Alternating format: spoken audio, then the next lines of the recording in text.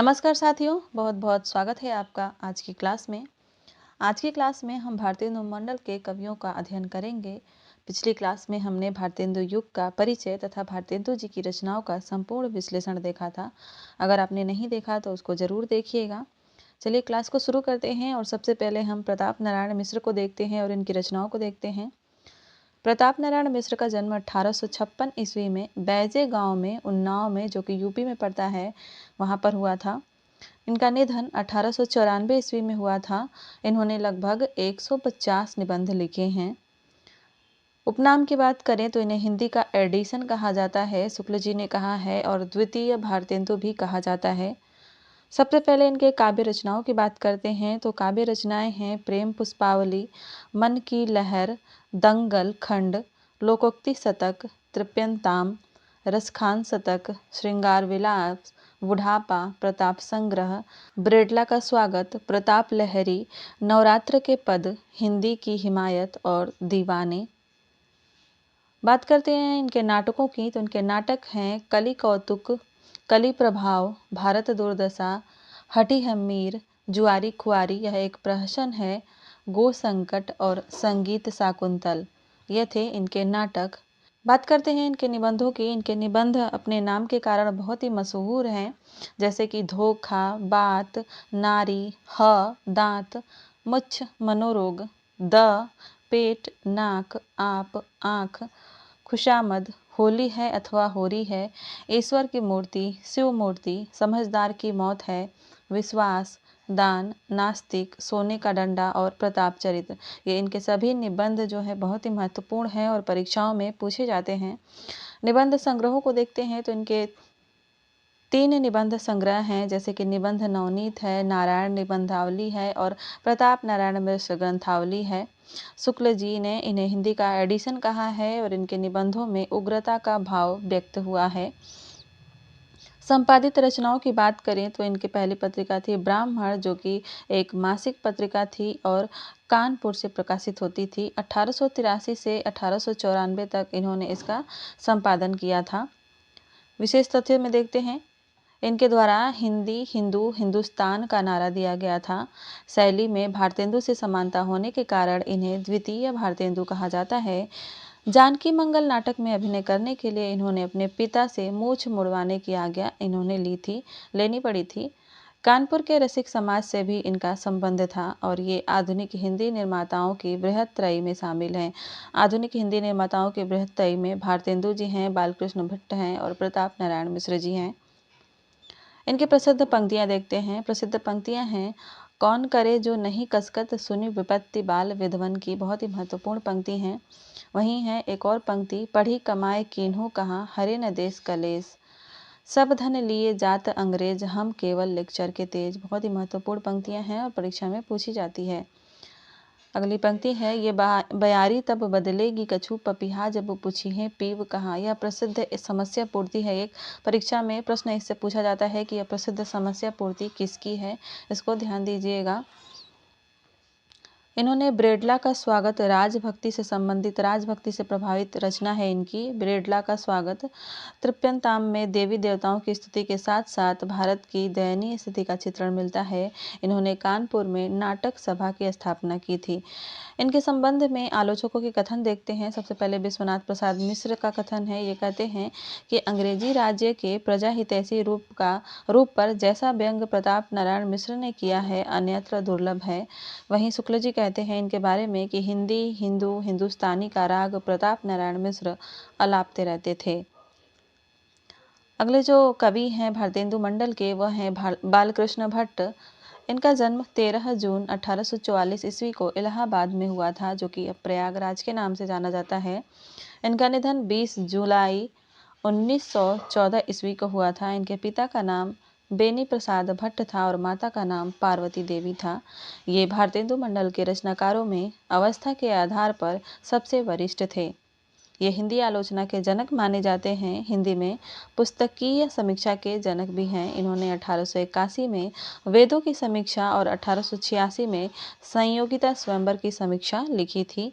यह परीक्षा में पूछा जाता है, इसको ध्यान दीजिएगा। हिंदी में समालोचना का सूत्रपात भट्ट जी तथा बद्री नारायण चौधरी ने किया है। यह कथन है शुक्ल जी का, आचार्य रामचंद्र शुक्ल का। इन्हें हिंदी निबंध का जनक या हिंदी का मोंतेन भी कहा जाता है। शुक्ल जी ने इनको हिंदी का स्टील कहा है। ये भारतेंदु युग के सबसे समर्थ निबंधकार हैं। इन्होंने लगभग 1000 निबंध लिखे हैं। रचनाओं की बात करते हैं तो सबसे पहले इनके उपन्यास देखते हैं। उपन्यासों को 2 भागों में बांटा जा सकता है, एक पूर्ण उपन्यास, दूसरे अपूर्ण उपन्यास। पूर्ण उपन्यासों में है नूतन ब्रह्मचारी, जो कि 1886 ईस्वी शुक्ल जी के अनुसार इसका समय है, और डॉक्टर नगेंद्र के अनुसार 1887 ईस्वी इसका समय है। दूसरा जो पूर्ण उपन्यास है इनका वह है 100 अजान 1 सुजान, जो कि शुक्ल जी के अनुसार इसका समय 1890 है, और डॉक्टर नगेंद्र के अनुसार इसका समय 1892 ईस्वी है। अपूर्ण उपन्यासों की बात करें तो वो है चंद्रसेन रहस्य कथा, गुप्तवैरी, रसातल यात्रा, उचित दक्षिणा, हमारी घड़ी और सद्भाव का अभाव। नाटकों की बात कर लेते हैं। नाटक हैं इनके नल दमयंती स्वयंवर, बृहनल्ला, वेणु संहार, कलिराज की सभा जो कि एक प्रहसन है, रेल का विकट खेल, बाल विवाह, जैसा काम वैसा परिणाम, या और नई रोशनी का विष। आचार विडंबन भी है। इन्होंने हिंदी प्रतीप का 33 वर्षों तक संपादन भी किया था। आगे बढ़ते हैं और इनके प्रसिद्ध निबंधों की बात कर लेते हैं। इनके प्रसिद्ध निबंध हैं बाल विवाह, स्त्रियां और उनकी शिक्षा, राजा और प्रजा, ईश्वर भी ठठोल है, इंग्लिश पढ़े तो बाबू होए, ढोल के भीतर पोल, मेला ठेला, शब्द की आकर्षण शक्ति, रोटी तो किसी भांति कमा खाए मछंदर, मछंदर यानी मछुआरा, हिंदुस्तान के रईस, देवताओं से हमारी बातचीत, एक अनोखा स्वप्न। यह एक व्यंग्यात्मक निबंध है। कालचक्र का चक्कर और साहित्य जन समूह के हृदय का विकास है। यह इस नाम से इनका निबंध भी है, और यह पंक्ति भी परीक्षा में पूछी जाती है।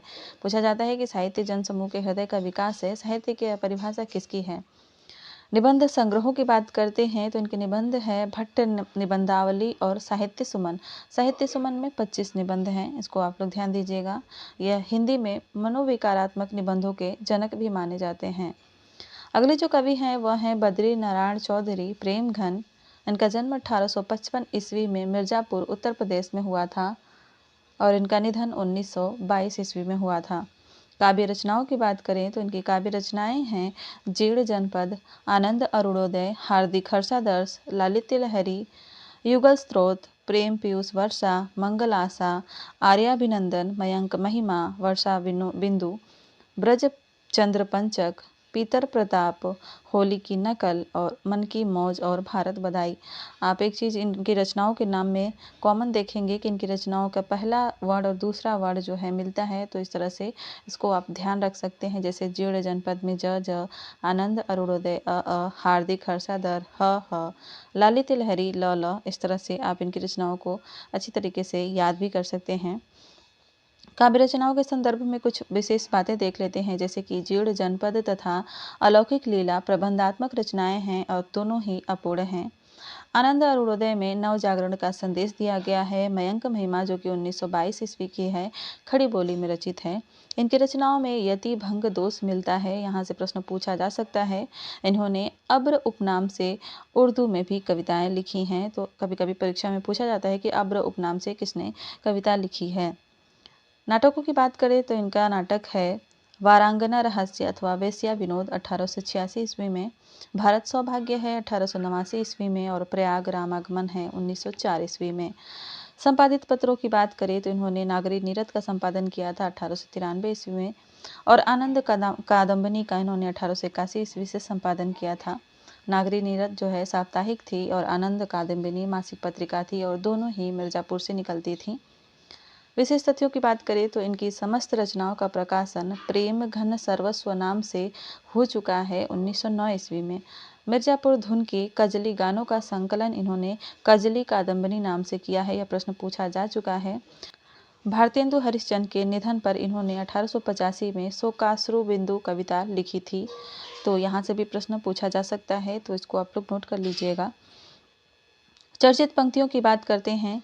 चर्चित पंक्तियां हैं इनकी अचरज होत तुमहु सम गोरे बाजत कारे तासो कारे कारे शब्दों पर हैं वारे। लंदन में दादा भाई नेरोजी को जो है काला कह दिया गया था, और उसी के विरोध में इन्होंने यह पंक्तियां लिखी थी।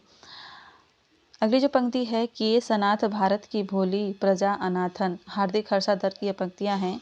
धन्य भारत भूमि सब रत्नानी की उपजावनी। यह भारत बधाई से है पंक्तियाँ और परीक्षा में पूछी जा चुकी है। एक और इनकी पंक्ति है, चर्चा चलिबो की चलाइए ना। यह एक समस्या पूर्ति है इनकी प्रसिद्ध। इनके संबंध में आलोचकों के कथन देखते हैं। इनका कथन है शुक्ल जी का इनके बारे में। शुक्ल जी इनके बारे में कहते हैं कि वे गद्य रचना को एक कला के रूप में ग्रहण करने वाले, कलम की कारीगरी को समझने वाले लेखक थे और कभी कभी ऐसे पेचीले मजमून बांटते थे कि पाठक एक एक डेढ़ कॉलम के लंबे वाक्यों में उलझा रह जाता था। यह बहुत ही महत्वपूर्ण कथन है आचार्य रामचंद्र शुक्ल जी का। अगले जो कवि हैं वो हैं राधाचरण गोस्वामी जी। इनका जन्म 1859 ईस्वी में वृंदावन में हुआ था और इनका निधन 1925 ईस्वी में हुआ था। रचनाओं की बात करते हैं तो सबसे पहले हम इनकी काव्य रचनाओं को देखते हैं। काव्य रचनाएं हैं नवभक्तमाल, दामिनी दूतिका, सुसर सुषमा, निपट नादान, इश्क चमन, भ्रमर गीत, विधवा विलाप, बारहमासी, प्रेम बगीची और भारत संगीत।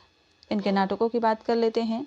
इनके नाटक हैं सुदामा नाटक, सती चंद्रावली, अमर सिंह राठौर, श्रीदामा, भंग तरंग, तन मन धन गोसाई जी को अर्पण। यह जो है पूछा जा चुका है। बूढ़े मुँह मुहा से लोग देखे तमाशे, यह भी पूछा जा चुका है। और वृंदावन से इन्होंने भारतेंदु पत्र का प्रकाशन भी किया था।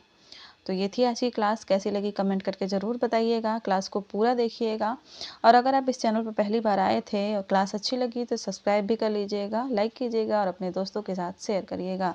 धन्यवाद। अपनी पढ़ाई मेहनत से करिएगा।